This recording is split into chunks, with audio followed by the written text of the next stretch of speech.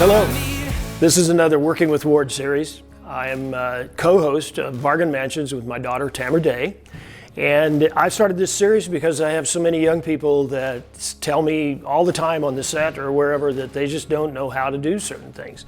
So I'm picking some of the more, what I think are simple things in homes that I'm sure almost everybody can do. Now this is one that a vast majority of people have done or want to do. I'm going to install a TV mount, a wall mount. Never done it before, but I'm really confident that this is no big deal. I think the only tools I'm going to need are a level, and you don't need this big a level. I've got a small level, but the problem with the small level is it's not quite as exact.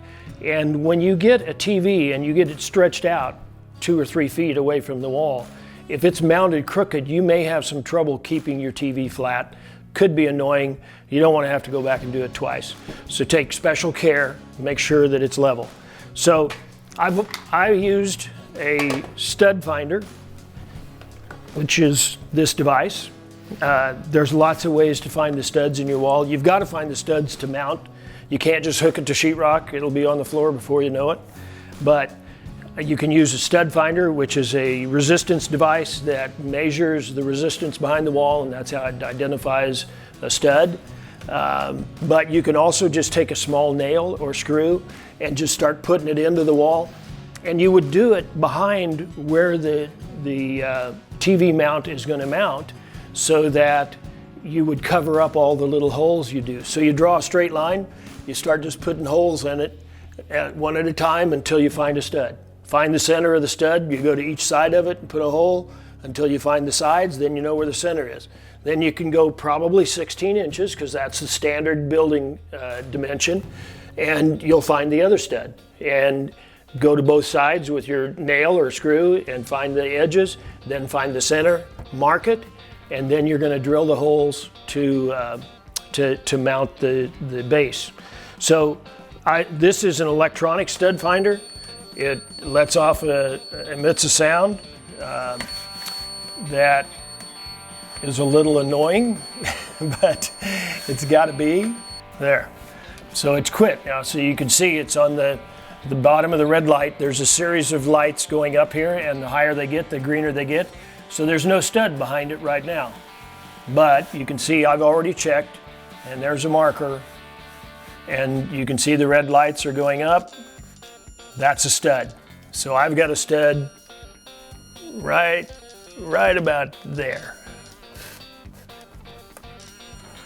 And so now I can just keep going. You can see the red lights go to 0.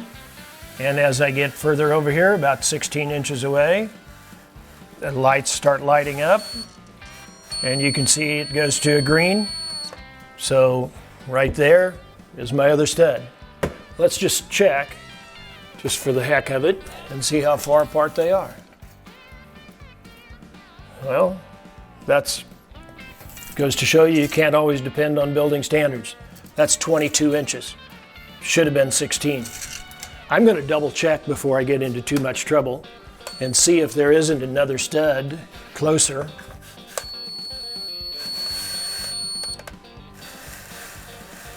That I could have missed. Well, it sure doesn't look like it. That's kind of strange that it shows one there. Shows one there. Shows one there. So I used my stud finder, and it identified something that was a little bit confusing. So I basically know where the studs probably are, but I'm going to go back to the old-fashioned method, hammer and nail, and I'm going to find out where these studs really are. Nothing there. Let's see if this one is. Oh, that's a piece of steel. Nothing. That's a stud.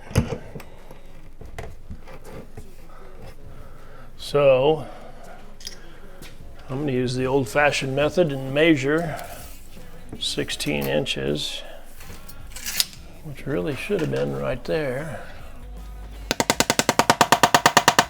That's a stud.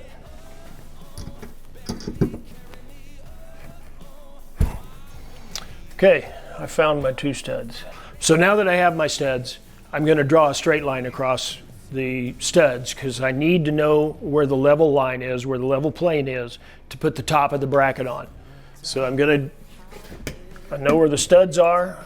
Really all I've got to do is just pick a location and get it perfectly level.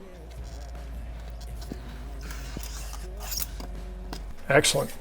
Now I know when I'm installing the template how to make it level. So I'll just make that straight line that I drew right along the top edge, and I'll stick this onto the wall.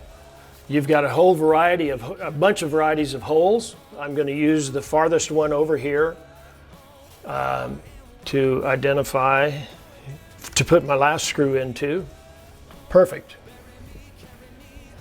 So I've got a stud there. I'm going to drill a hole right there. I've got a stud there. I'm going to drill a hole right there. Mount it, and this will be secure.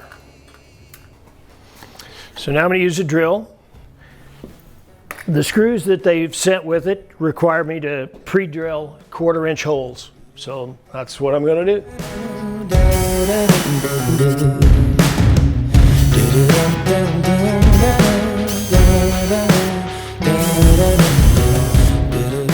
So I've got this all set up. Holes are drilled. It's time to take this guide down, and I think it's going to be time to actually start mounting the platform. So I'm going to get a little help from my assistant.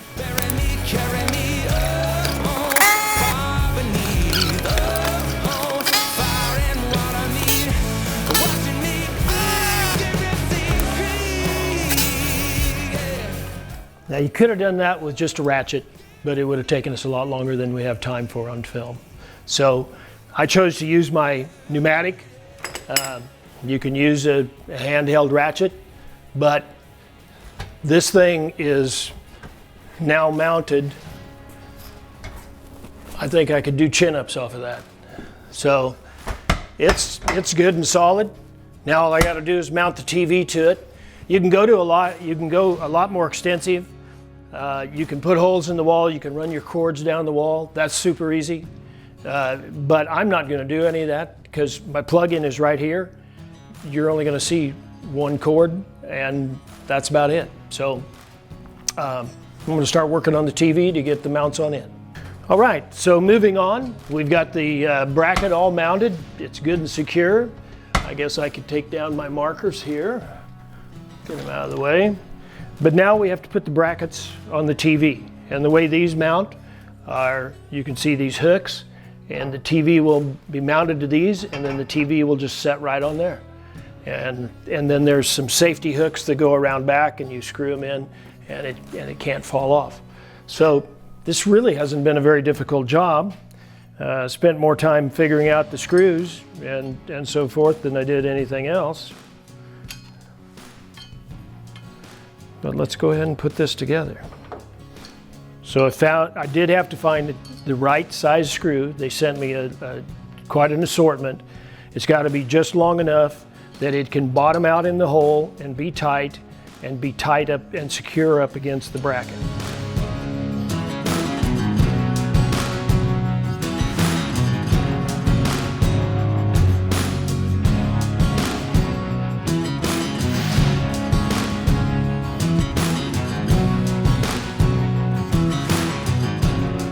Was a little tricky putting the mounts on, just figuring it out.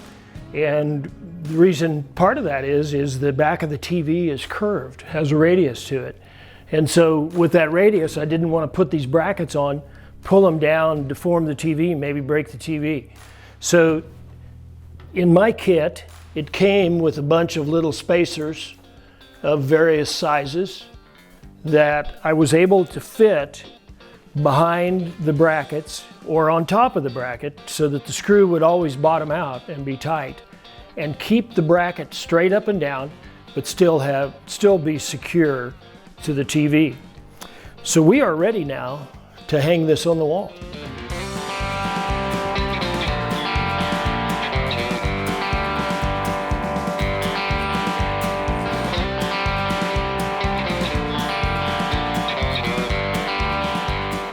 Well, we're finally done. We've got it mounted. It's adjustable. We've got the safety brackets on the back. We had a little issue with it being unlevel. It really wasn't unlevel, but the optical illusion of being in the corner made this side look like it was an inch or two low. So fortunately, this mounting bracket has the adjustments in the back, and we could twist it and get it to where it looks level. Got it all hooked back up. Kind of a miracle. It's actually working again. And I'm really happy with it. It was an easy job. If there's anything I leave you with in these shows, is you can do anything you want to do. Don't be afraid to try these things. There was nothing rocket science, brain surgery, or anything like that to doing this. It required a level, a drill, a screwdriver, a couple of wrenches, and a little common sense. Not only that, but there's a guy on this show that knows a lot about what he's talking about, and I think you ought to listen to him. So thank you for watching this Working with Ward, and we'll see you next time.